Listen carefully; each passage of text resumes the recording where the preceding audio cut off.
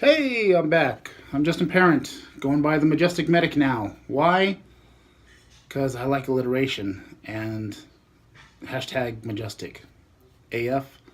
I don't know. Don't judge. Got to build a brand somehow. But I did a video, vlog, fairly short one a couple weeks ago. Kind of felt it out. A few people have hit me up and they appreciated it. They're interested in it.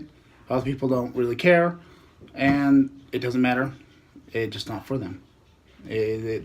Doing this mostly for myself and maybe for anybody that's curious. Maybe they need help with their journey, maybe figuring some stuff out. They're struggling with something. I don't know. I'm here just to share my stories, share my journey as much as I can. Obviously, some stuff you can't share, HIPAA and whatnot. But I'll go into as much detail as I possibly can about stuff. But today, I'm focusing on the early aspects, what kind of got me to the idea that I should be a medic, and some of the positive aspects that's come out of it. Last time it was just a bunch of rambling. I got some bullet points here. Maybe I'll be organized this time. I can't guarantee that because I like to rant. I just do. Sorry. Kill me. No. But anyways, so I just want to start. I think the first event that kind of maybe sparked a little bit, planted little seeds, little inspiration that made me decide to possibly pursue a career in EMS one day was early in my childhood. I was like 4 or 5. We were riding bicycles in my apartment complex, much like kids did back in the 80s. It was fun. And then one day I see an ambulance just pull up in front of this old neighbor lady's house. She was the old neighbor lady that always had to be in everybody's business. You really only saw this much of her through the blinds. Just unless she caught you too close to her apartment or in her rocks or whatever, then she'd get mad and yell at you. Because I don't know, she had nothing else to do but yell at the neighbor kids. But anyways, one day there's an ambulance out in front of her house and they're wheeling her off. They're loading her up in the gurney. Actually, they're about to load her up in the ambulance. And I just kind of stop and just watch, kind of seeing what's going on. Just kind of, hey, something's going on in the neighborhood, in the apartment complex. Oh, shit, see the one lady. And then next thing you know, they come walking out, loading her up in one of the medic or the EMT, I don't know who it was, just stops, sees them staring at him and goes, hey, kid, you want to help? Shh, that freaked me the hell out. So after that, I just shook my head, jumped on my bike, and rode home. Just rode right the hell home. That was the last time I actually saw that lady. So I don't have the end of the story for her. But this is my story, so I guess, that was my first experience. It was weird, it was awkward, but I think it was just like a little seed planted, just kind of the curiosity was started. So then I go through kind of the rest of my life. I go through being just around neighborhoods, hanging out with my friends, getting to shenanigans. Never lived in the best neighborhoods, but a couple of incidents happened probably when I was between the ages of 8 and 10. One year, I used to go up to Ruidoso a lot with my grandparents. They had a little timeshare, a nice little condo up there, and we'd go up a couple times a year. I spent a lot of time with my grandparents, and my mom was working 3 jobs all the time. But I remember going up there, and there was this lake that was frozen. Well, lake is general. It was a nice little solid pond. It was a good-sized pond that had frozen over because it was probably early spring, late fall we were up there. And me being the kid that I am and the show-off, I met 2 little friends there, and I decided I'm going to try to ice skate without ice skates. I just started sliding around on the ice, just having all kinds of fun. I thought I was being cool. The one thing, I'm gonna throw my grandpa under the bus here for just a second. My grandma caught me doing that earlier in the day, and she got mad and yelled at me. And of course, my grandpa's he's just a kid, look, and he stomps on the ice and goes, "Look, it's all enough. He can probably handle it." Well, that didn't work out so well because later on I was out there with those kids again and decided to go ice skating around, and I got braver and braver, got further out and further out into the pond, and the next thing you know, right through the ice. Terrifying moment. It's so cold. You can't even actually yell for help. All you can do is that's all I could get out. Just shivering, trying to yell. So then I realized it was up to me, so I just kind of kept trying to claw my way out, and the ice was breaking away, and I finally made my way to the side of the hill and climbed my way up through the snow and got up there and scared the hell out of my friends over there. They ran to go get their parents, but by that time I got up, started walking back. I think maybe they got my grandparents, because I remember my grandma came out, met me halfway, and that's the first time I heard her use the F word. She called me a little F-er. She denies it, but I remember it. You don't forget those kind of things, because my grandma's not the kind of lady to use that words. She'll say shit a few times, but never the big ones. Never. I remember it. Sorry, Grandma. So that incident happened. They took me back to the condo, warmed me up, got cleaned up, and both me and my grandfather, well, we didn't hear the end of that for quite a while. I don't blame her. I was pretty young. Like my grandma and grandpa will have to explain to my mom why I drowned in the ice in Ruidoso while she's at work. That wouldn't have been good for anybody. But luckily, I'm here. Nice and safe. But I think that was kind of one of those little seeds that got planted, realizing that I do have the ability to overcome some crazy shit. There was another time when we were out on a boat. Actually, a couple times we were out on boats. For some odd reason, I've been trapped in too damn many storms on a boat. You think I'd be terrified of the water and the ocean and boats and all that? 2 times I was in boats that nearly got capsized. But yet, I find so much peace by the water. It's so weird. There's just 2 stories. One time we were out, there was Elephant Butte when there actually used to be water in it. For those of you in New Mexico, you know what I'm talking about. Those of you that may listen or watch in other places, you have no idea what I'm talking about. But it used to have a decent amount of water. It was a decent lake. It was, and now it's less decent. But one day we were out there, got caught up on a storm. We were on a pontoon boat. It was me, my grandparents, a couple of my aunts and uncles. My mom, once again, was at work because she had to pay the bills. She was raising this growing little jackass. We were out there and just out of nowhere, it was nice and chill, and then bam, storm hit. All kinds of wake hitting us. Not wake, the storm picked up high enough that it was getting close to capsizing the boat. We actually had to stop midway because we decided to go as far as we could down the lake and explore, because adventure, it's fun. But when we stopped at another place, kind of waited for everything to die down for a little bit. Then we were able to cruise back eventually, but there was just several times when that boat got so close to capsizing. It was quite terrifying. And another time was up in Michigan at the beautiful Higgins Lake. We were out there, and I don't know if you know about the way Michigan is. You can be a nice, beautiful, sunny day, then bam, massive storm hits. It was crazy. And once again, we're on the farther side of the lake, but my grandpa and my uncles was scuba diving, and then my Aunt Diane, my 2 cousins, and their 97-year-old grandmother was on the boat. And of course, the storm hits. My Aunt Diane realizes how were they going to let my grandpa and my uncle know that there's a storm and everything's getting all crazy, and there's just lightning everywhere.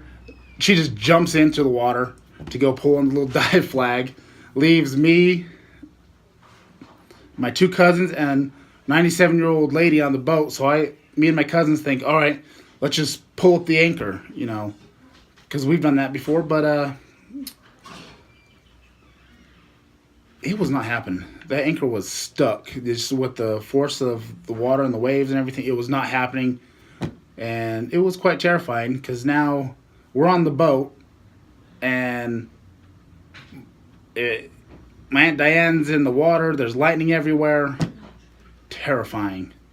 Luckily, everything turned out okay. They all got back onto the boat, and we were able to cruise our way back to the campsite. But of course, the storm stops like halfway there, but that was terrifying. Terrifying. A couple times, nearly drowned on a boat. Actually, in a frozen lake. Why do I enjoy the water so much? There's something wrong with me. It's weird. It's my favorite place. I live in Pensacola. I just love sitting on the beach. Just places in. Doesn't matter what time of year. It could be cold as shit. Just sit there, listen to the ocean. Just calms the spirit right down. Anyways, enough getting weird. So those crazy incidents happen. I start getting older, get into my teen years. That's when it hits the fan. I started smoking cigarettes at 12 and smoked weed. And I stayed throughout high school just smoking weed,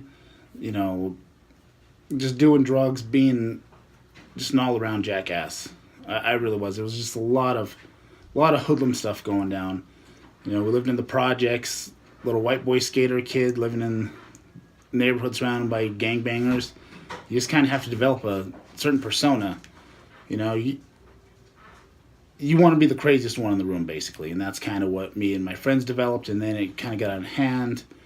And a lot of my... and I was probably the wildest one out of the bunch. It just, I was always fighting.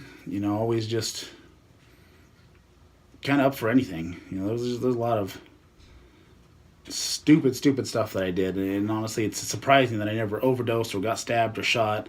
Because there was some fights that I got in with some people I probably shouldn't have, but you just had to prove yourself to be crazier than everybody else. It's just how it went. But after all that craziness, I met my now ex-wife, Amanda, or Mandy as she goes by. And she got pregnant.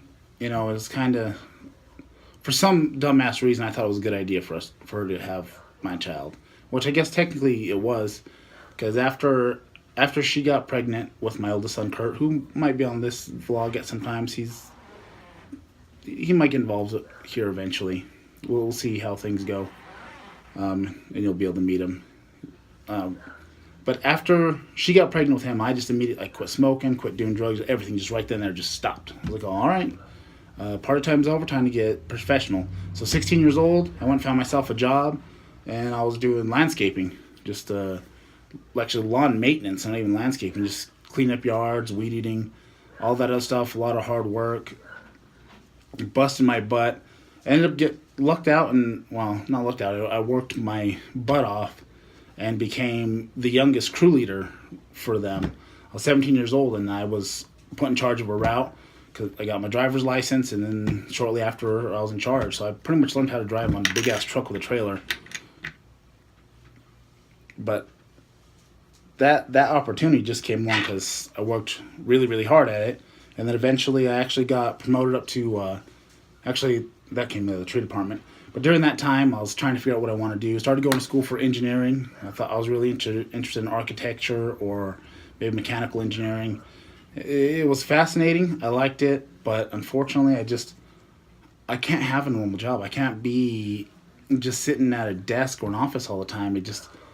The idea of that just seems so boring. I mean, yeah, I'd be making good money. I wouldn't be living in the projects where I live now and struggling to make ends meet, but, it wasn't for me. Everything's not for everybody. You just got to keep getting out there. Fail, try something new, rinse, repeat, and eventually something's come along. Look at me right now. Been a medic for 14 years. I still don't know what I want to do when I grow up. After engineering, then I got an interest sparked. The Las Cruces City Fire was hiring. I was 18 years old. 18, and I saw that they were looking to people, and just offhanded, Mandy looks at me and goes, "Hey, why don't you do that? You could probably be a firefighter." And I was like, "Oh, I don't know." Just never thought about it. So I went down to the city hall, filled out my little application, submitted it, did the whole, you know, started the whole process. Did the practice. They do a practice physical agility test. Did pretty well on that. I was content, happy. I was like, yeah, good job. So everything was going well. I did the written test, scored well on that. Proud of myself on that. I was like, hell yeah. Got through that part. Did the physical agility test once again. Made it in good time. I didn't used to be the fat slob that you see in front of me now. I was actually in pretty good shape at one point. But after I did that, I got the interview. And, well, 18 years old, and you're doing an interview board in front of 3 different professional firefighters. I'm pretty sure I made a jackass of myself. I was nervous. This is the first time I've ever had to even interview for a real job, because even when I got the job doing landscape maintenance, it was because my mom knew some people at church that knew one of the guys that goes to church that ran a business, and that's how he got on that way. He just came in, he heard my story, he offered me a job, started off with the summer, and then just progressed from there. So, what the hell? Okay, so I go through the fire department thing, and then I get the rejection letter, because it was devastating, which is unfortunately kind of sad, because if I would got hired on, I would only have like 3 years and I could be retired. 3 years left and I'd be retired. Well, actually no, I think I'm less than that now. I don't know. It'd be getting pretty close if I would have hired on when I got there that time. Yeah, about 3 years and I could be retired right now. So, you young folk out there, consider doing fire or police. You got the retirement, or you got your military career. It is worth it. It just depends. Those are jobs that aren't easy. Not everybody can do them, but if you can do them, do it. But do it for the right reasons. Not just the money and the retirement, but the jobs where you're required to help people. And that's part of what got me into a lot of this stuff too. Is I've always been kind of a lot of hippie ideals. Save the world, save the planet. Save the community. Just try to bring some positivity into the world. So after doing that, I failed, and I thought, all right, plan B. What can I do that would ensure me the opportunity to do to get a job with them next time I get hired? So I actually, my mom got married along in that time frame. My stepdad actually knew a guy that actually is a supervisor now. Actually, now he's operations manager. Goes by the name of Mark. Apparently his whole name, because I don't know if. But anyways, so I talked to Mark. He was a fire chief at one of the volunteer departments back down at that time. So I talked to him, and just kind of got some information on what would be good. I thought about volunteering for his department, but unfortunately, I lived too far from that department, and honestly, where I was living at the time, it was kind of far for me to volunteer at either department. So that didn't quite work out. So I started thinking about some other ideas. I don't know why I didn't think he was mentioning going to EMT school, because that'd be a helpful thing too. Because all fire departments now, EMS is becoming a lot of their bread and butter, because they fire prevented themselves almost out of a job. Good job, boys. I don't know. That was sarcastic. Whatever. Tally ho. All right. So I go through all the ideas. I end up going back to work. Decide, you know what? I am going to join the Army. I end up looking into it. Looked at Army Reserves and National Guard. Me and a couple of my friends went down there, and I ended up joining. My wife then hated it, because she didn't expect me to actually sign the paperwork then, and it was kind of a rough deal for her. But I ended up going through. I signed up. I got in, was sent to Fort Jackson. I was gonna head to Relaxation Jackson initially, so I got sent to basic training in October, before my birthday. So I get flown to Jackson. They end up overbooking the amount of recruits there, so I end up getting transferred to Fort Knox. Get to Fort Knox on October 18th. October 18th was day one of Red Phase, my birthday. I turned 19 years old then. And you know who knew who was my birthday then? Not a single soul. I ain't gonna be like, hey, it's my birthday today. Yeah, happy birthday. Yeah. No, not gonna happen. I ended up going to the Army. Was actually really enjoyed it. I really enjoyed it. I definitely could consider doing a career, because even as a younger child, I always thought about the idea of doing special forces. I wanted to actually be a fighter pilot, but not gonna happen. So I thought about doing special forces, and I don't know. Then I just kind of forgot about it. Pothead days, being a hoodlum. But once I got into the Army, it was fun. I really enjoyed it. I enjoyed basic training. I was having a hell of a time. I mean, yeah, you got yelled at a lot. You were pushed as hard as you can, but that's what was enjoyable for me. Is I enjoy the challenge, the physical aspect, the whole change in life, and just the whole idea was just a lot of fun for me. I really, really liked it. And then the knee injury. We were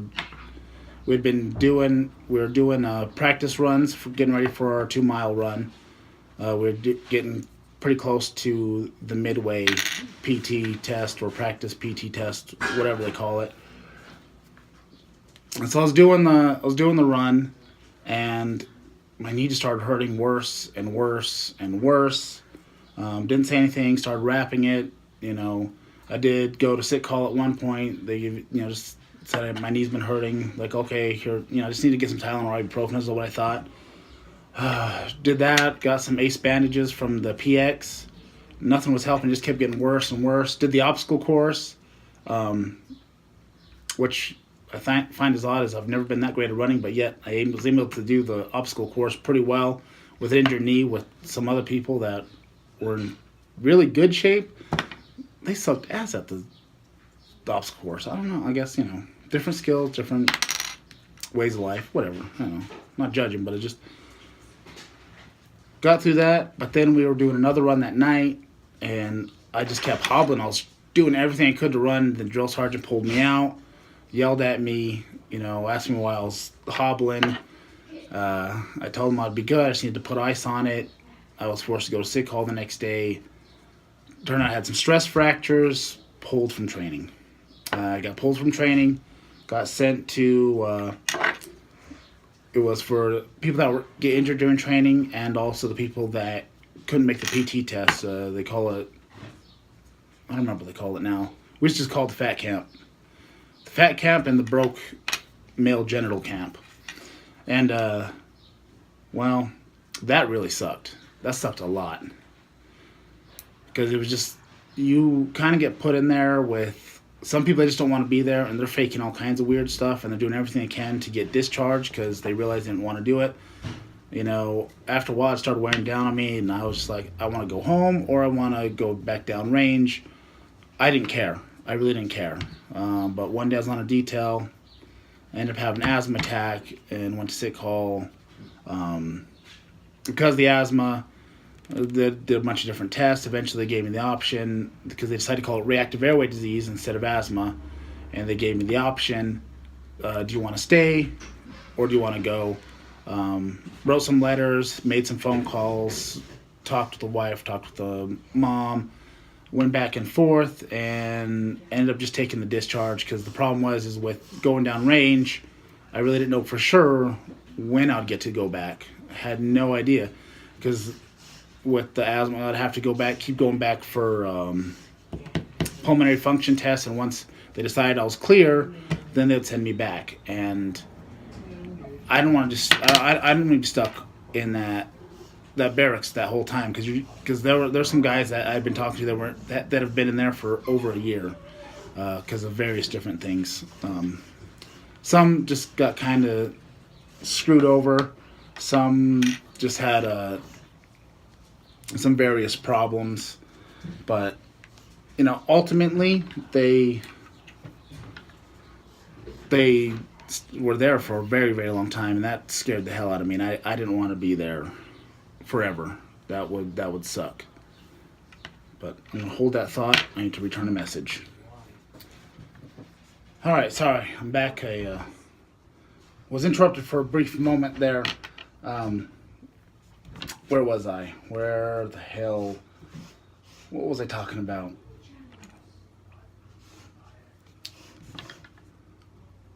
I don't know. Either way, I ended up getting discharged from basic training, and that was hard for me. It was a tough decision after talking to family and the wife, and also too at the time, my wife was pregnant with my second child, Jessie, and she was going to be due pretty soon, and I didn't want to. I wanted to be there for her, because originally it would have worked out if I would have went into basic training, went to AIT, got out, then it'd have been about time for Jessie to be born, and it all went over smoothly. I didn't want to sit there being around a bunch of other people that some wanted to be there, some didn't. And it was frustrating. It was very frustrating. There were some real jackasses in there. But got discharged, and after I got home, I just felt like a huge failure because of the leaving for an asthma attack. I hadn't had an asthma attack in like 5 or 6 years prior, and now all since back because apparently my asthma is pretty well triggered by allergens. So I had to take the medical discharge, and then I just felt like a total failure. Failed to get onto the fire department, failed at the Army, and now I'm back to doing landscaping. I did get hired on back there without too much problem, so I jumped in, was doing the crew leader work again. Then an opening came up for the tree department, which was a higher pay, doing a lot more work. It was a lot of fun. I was a smaller crew. I got hired on. I got promoted up to doing tree work, and I worked with them for a couple of years, which was awesome. There were some really great guys.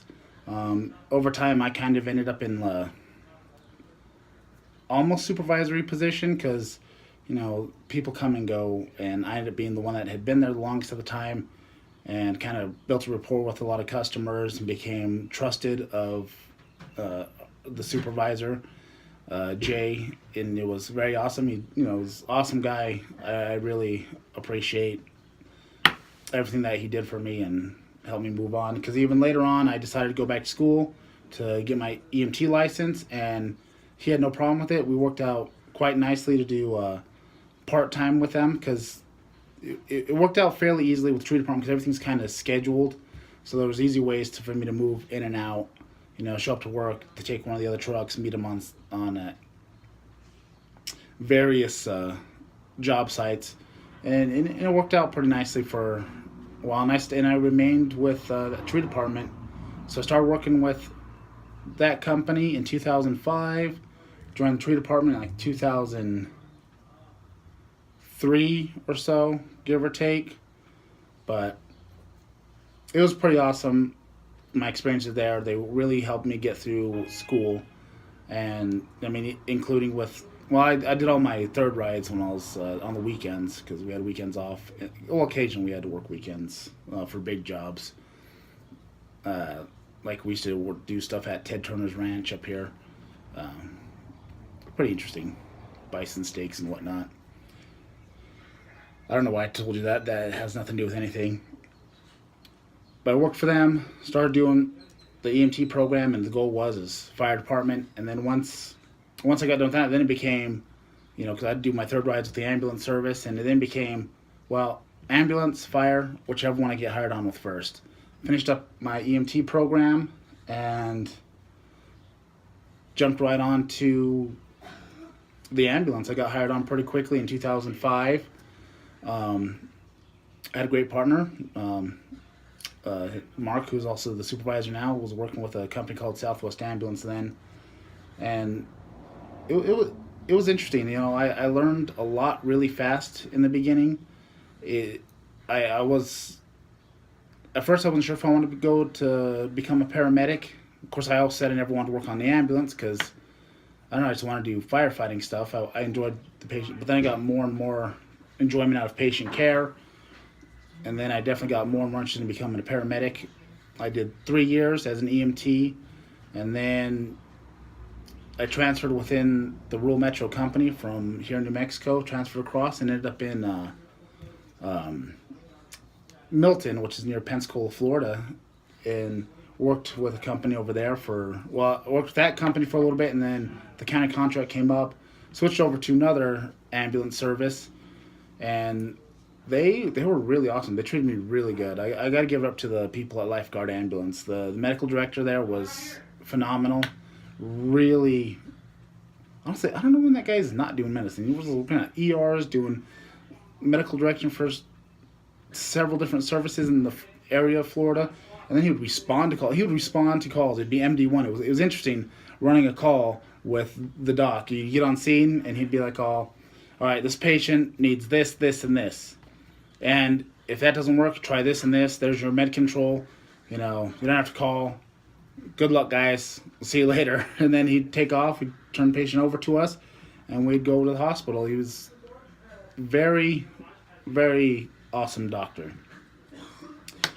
And then same with the way they treat us there at Lifeguard. I mean, unfortunately, it was a smaller company. They couldn't give us the best benefits, and the pay was fairly decent, but they treated us well. They gave us really good equipment. They took care of us, you know, and I appreciated everything from them. I hope everything's going well for you guys over there. And after that, that's when I decided to go to medic school, and I went to medic school in Florida, and that's what caused a big issue in my family life. Medic school is very intense. It's not necessarily hard as it is. I mean, you do have to learn a lot. There's a lot of information you need to learn. Your cardiology, intubation skills. There's so much you're learning in 16 months. You literally hug your wife and kids goodbye, and then you tell them you'll see them in 16 months, and that's pretty much what happened. And because of that, it just became too much for my now ex-wife. It was really hard on her, and so I'm sorry about that. You go to school, you do clinicals, and then working full time. It's just a sad truth of life. Sometimes when you want to do something, you got to work hard for it, and not everything always has a happy ending. It's no storybook. So after Florida, got my medic license, bunch of random drama happened with the family that I don't want to get into because it's not completely all my story to share. But we ended up coming back here to New Mexico, and that was kind of an interesting ride. Cause coming back here, my New Mexico EMT license had lapsed because they had slightly different accreditation needs between the two different states, so I couldn't keep my New Mexico license up to date, and that lapsed. So I only had a Florida license and then a Florida medic license, so I had to come over here, do my national registry, and there was probably a good, 6 months gap before I could get back working for, I might beep that out, I'm not sure. Either way, I got hired on, and that's when things got interesting. First time as a medic, actually going through medic school and even going through the FTO program, the training program, I was like the whitest of white clouds. I was a white cloud with silver lining and puppies and rainbows shooting out its butt. I mean, I would work. There was times when I'd show up to do third rides for 24-hour shifts. The only time we left was to get food. We didn't even do a post move. We didn't do anything, which was great for the crew that was on because they got to chill and rest. I had skills and stuff that I had to get, and it took me forever to get it. But as soon as I got cleared and I was a medic on my own, that's when the black cloud hit hard, fast, and it was crazy. There was so many pediatric codes. I mean, I will say, the amazing thing is that at least the first several pediatric codes I had to run, all of them were saves. And that was very uplifting and good until eventually, I'll discuss this in a later one, I had a really bad pediatric code that did not do so well. And there was like shootings and stabbings and all kinds of stuff. You know, there's lots of craziness going on, lots of really sick people, lots of very traumatic injuries. But the one thing that's rewarding is every once in a while you get certain calls. You don't even realize what you've done. All you did was, you pick them up, you do your normal skills, you give them the meds you're supposed to give, you follow what you're supposed to do, and you kind of just do things, and then you just have conversations. I remember this one older man picked him up from a local clinic. He was believed to be having a heart attack, and sure enough, he was. The EKG indicated he was having a heart attack. Took him to the hospital, and that he actually worked for the school that my children were going to, and I didn't know that until we were having a conversation. I just talked with him and just had a nice, good time, just conversating about random stuff, just, being kind.